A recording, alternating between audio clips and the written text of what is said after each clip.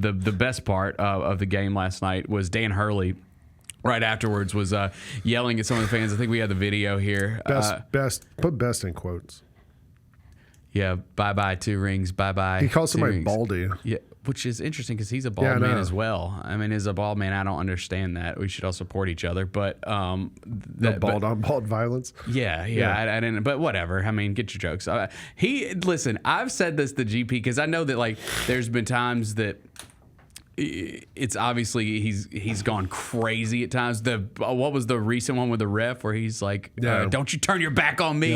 Yeah. I love it, dude. I love that there's this wild head coach that coaches one of the biggest brands in the sport. Because when we talk about college basketball, like in the NBA, we know the players. In college basketball, we know the coaches. I mean, that's just what it is, right? They're the ones that are there the longest. They're the ones that are consistent every year with the roster turnovers.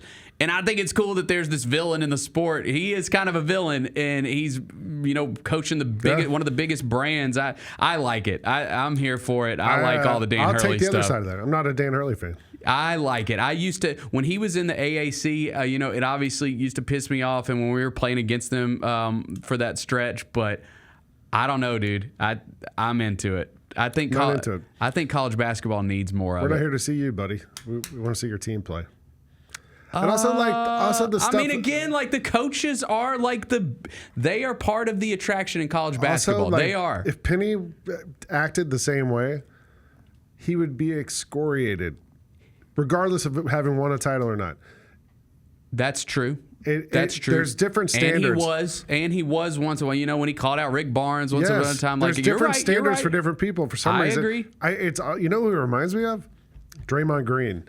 How Draymond Green is officiated differently than any other player in the NBA. For whatever reason, Draymond's allowed to go crazy and scream. They don't call technical fouls.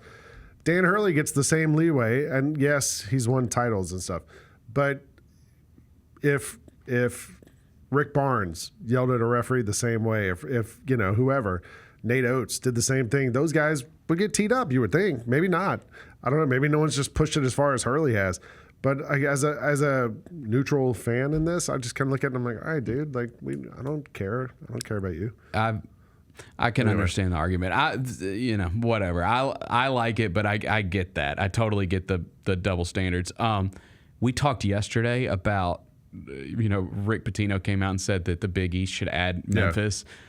And then I'm watching that last night, and I'm like, my God, I would give anything to be a part of this, like just a little, little part of this awesome basketball league. Because I mean, that's like as good as it gets in the sport last night. The Gary Parrish Show, live weekdays at 10 a.m.